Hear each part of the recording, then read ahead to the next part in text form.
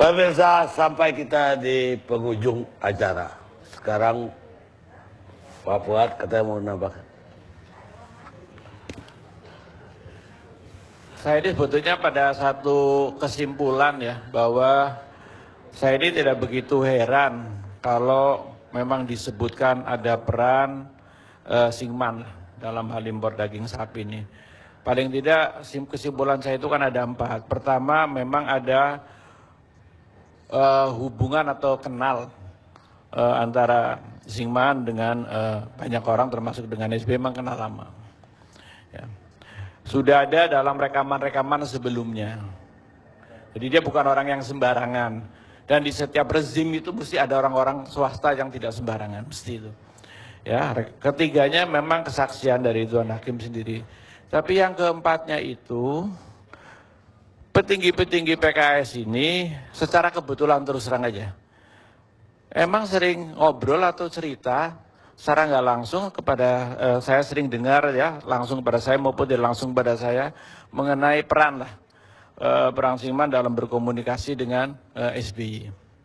Itu sering memang dikatakan urusannya nantilah kita, coba nanti kita tanya Singman atau menggunakan Singman atau apalagi seperti itulah kurang lebihnya gitu mananya itu. Jadi memang ini hal lama dan saya terus saja menganggap ya memang sering ada komunikasi begitu di dalam menjalankan pemerintahan. Yang namanya ya ada yang pendekatan formal, yang informal, nanti habis itu baru diformalkan gitu. Artinya bagi saya ini tidak terlalu mewujudkan. Yang saya terkejut itu ketika ada rame-rame bantahan yang apa sih yang masalahnya gitu. Itu ada bantahan rame-rame, tapi kan sekarang sudah mulai teratur. Jadi menurut saya indikasi-indikasi ini kalau ada klarifikasi nanti dari KPK memang, oh ini ternyata nggak ada masalah, udah selesai gitu kan.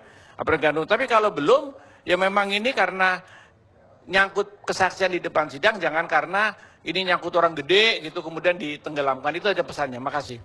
Baik. Jadi itu hal yang biasa ya. Ada penghubung begitu biasa dalam politik. Pak Profesor Robli. Jadi terima kasih nih Pak Ridwan Saidi ya, yang mau mengingatkan saya begini Pak Ridwan. Kalau kita bicara hukum ya, tentu ada tujuan pasti. Kita setuju korupsi harus diberantas, tujuannya kita setuju. Makanya saya berjuang keras membuat undang-undang itu kan. Tapi kan tujuan itu harus dicapai dengan cara-cara yang benar. Jadi kalau kita berbicara hukum mencapai tujuan, pertanyaan orang hukum bagaimana cara mencapai tujuan itu. Berbeda dengan ekonom. Pokoknya tujuan tercapai, caranya bagaimana saja. Nah itu. Jadi kita juga harus hati-hati. Karena ada prinsip-prinsip aturan yang namanya due process of law. Ya kan? Ada norma-norma. Nah itu juga harus kita taati.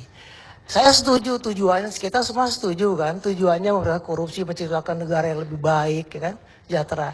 Tapi how? Ya kan? Satu keistimewaan KPK diberi kewenangan untuk mencapai tujuan itu dengan penyadapan tanpa izin. Kan itu, keluar biasaan. Tapi itu dibuat dalam kondisi di mana kita melaksanakan TAP MPR. TAP MPR nomor 11. Memberantas KKN, Soeharto dan kroni-kroninya. Itu semangatnya sebetulnya. Nah sekarang kita nggak mungkin mengatakan bahwa silakan KPK capai saja tujuan Anda, caranya gimana Anda, kan nggak boleh. Nah kita harus mengingatkan ini, kita kewajiban mengingatkan ini. Ada cara-cara. Makanya saya katakan seharusnya uang yang dipegang Fatana itu harus sampai dulu di tangan Menteri Suswono. Atau kepada LHI sampai kepada Menteri Suswono. Tidak kemudian pada saat di Meridian. Karena di Meridian itu yang tertata tangan itu zina. Bukan korupsi menurut saya. Jadi apakah tugas KPK? Zina juga nggak boleh digrebek gitu. Harus ada pengaduan.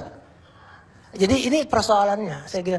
Oleh karena itu saya bukan mengurangi semangat untuk mencapai tujuan. Saya sepertikan bagaimana Anda mencapai tujuan itu. Karena kita punya rules, punya azas, punya norma. Itu kita pelajari, kita punya filosofi juga. Jadi itu Pak Ridwan Saidi ya. Jadi saya kira saya menjelaskan seperti itu. Demikian, terima kasih. Boleh? Ya, yang pertama tentu pengalaman pribadi masing-masing kita berbeda. Yang saya ingin mengatakan bahwa kita keberadaan, kelahiran KPK itu adalah dalam situasi yang sangat istimewa dalam tertib konstitusi. Dan ini kepanjangan akan kita bahas. Nah, sekarang barang ini ada. Barang ini dianggap lebih efektif dari lembaga-lembaga yang lain dalam hal menegakkan hukum. Beri jalan kepada dia untuk menjalankan ini sepanjang dia mencapai berpegang kepada tujuan-tujuan yang baik. Suatu hari karena kita sudah gemar sekali mengamandemen undang-undang, mempermak segala macam peraturan perundangan, maka kalau dianggap sudah tidak efektif lagi ya bisa diubah. Tapi untuk sekarang ini barang ini masih ada gunanya menurut hemat saya, karena setidak-tidaknya kita harus melihat bagaimana mekanisme kebusukan-kebusukan yang terjadi sehingga ekonomi kita bangkrut. Tidak ada jalan lain kecuali KPK lah peralatannya. Oke. Gabriel. Ada beberapa catatan dari saya, Bang Karni. Pertama, saya ingin sedikit mengomentari pandangan Prof. Romli. Saya kira pandangan dari Prof. Romli ini merupakan satu refleksi hukum yang bagus sekali untuk para penegak hukum, termasuk KPK, untuk tidak sampai terjebak dalam apa yang biasa kita sebut sebagai praktek tyranny of good attention dalam penegakan hukum. Praktek tirani etikat baik dalam penegakan hukum yang mengabaikan prinsip dasar atau elemen dasar dari suatu kejahatan, actus reus dan mens rea. Juga mengabaikan asas-asas prinsip-prinsip penting dalam hukum, khususnya hukum pidana. Yang perlu juga kita pahami bersama bahwa sifat extraordinary-nya satu crime tidak menjustifikasi atau melegitimasi tindakan-tindakan yang melanggar asas-asas atau prinsip-prinsip dan norma-norma hukum. Karena tidak mungkin kita mau menegakkan hukum dengan melanggar hukum. Hal kedua yang menjadi catatan saya bahwa kasus-kasus serupa ini memberikan gambaran betapa luar biasanya korupsi politik di Indonesia, grand corruption. Dan ketika dia menyinggung atau bersangkut paut dengan pusat-pusat kekuasaan, itulah sifat dari korupsi politik itu. Nah, untuk mengatasi korupsi politik itu tidak ada lain yang sangat diperlukan adalah kemauan politik, political will. Jadi tidak cukup dengan budaya hukum, Bung Fazrul. Tapi yang paling penting adalah kemauan politik, political will. Dan semoga tahun politik ini adalah tahun untuk membangun political will dari segenap partai politik untuk memberantas kejahatan korupsi itu. Saya kira itu, Bang Karni. Baik. Ya, Firman boleh.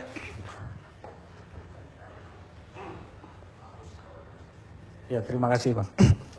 Bagi saya ada yang menarik dalam pembicaraan malam ini yang disampaikan oleh Prof. Romli, dan ini agak mengejutkan kita. Karena apa yang dikatakan oleh Prof. Romli, saya ingat betul apa yang disebut oleh witness Shemers. Kenapa keadilan itu menjadi lenyap? Karena kita menjadikan peradilan kita seperti monster. Dan kenapa peradilan kita seperti monster? Karena prinsip-prinsip itu kemudian dilanggar. Saya ada melihat apa yang disampaikan oleh Prof. Romli, apa yang disebut dengan trading influence atau jual beli pengaruh itu memang belum ada. Ya, nullum delictum nulla pena, sempre fei lege penali. Tidak boleh ada orang dihukum kecuali tegas-tegas sudah ada aturannya.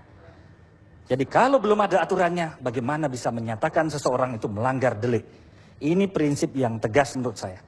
Kalau hal ini terus terjadi, maka penjungkir balikan prinsip-prinsip hukum ini menjadikan keadilan itu sudah lama mati di dalam penegakan hukumnya. Saya berharap bahwa peradilan KPK tidak sekedar memberikan kepercayaan kepada masyarakat bahwa legalitas penting, tapi legitimitas itu juga penting. Pengakuan dari masyarakat, tetapi juga kebenaran hukum yang diberikan kepada masyarakat itu juga menjadi soal yang lebih penting. Saya pikir itu, Bang Karni. Baik, pemirsa, diskusi kita berjudul segmen Siapakah Dia? Sebenarnya tidak penting siapa dia. Yang penting apakah dia berperan dalam pelanggaran hukum ataukah cuma sekedar alat politik. Tapi yang aneh, belum tentu beliau bersalah. Semua orang sudah mengatakan tidak kenal dengan dia. Saya ingin mengutip Abraham Lincoln. Anda bisa membohongi semua orang pada suatu waktu. Anda juga bisa membohongi sebagian orang sepanjang waktu. Tapi Anda tidak bisa membohongi semua orang sepanjang waktu. Tapi saya akan menutup acara ini dengan surat Al-An'am. 1 Al-An'am 123. Dan dengan demikianlah pada setiap negeri kami adakan pembesar atau pejabat yang jahat yang melakukan tipu daya di negeri itu, akan tetapi mereka itu hanyalah menipu diri mereka sendiri, sedangkan mereka tidak menyadarinya. Kita ketemu AFC yang akan datang.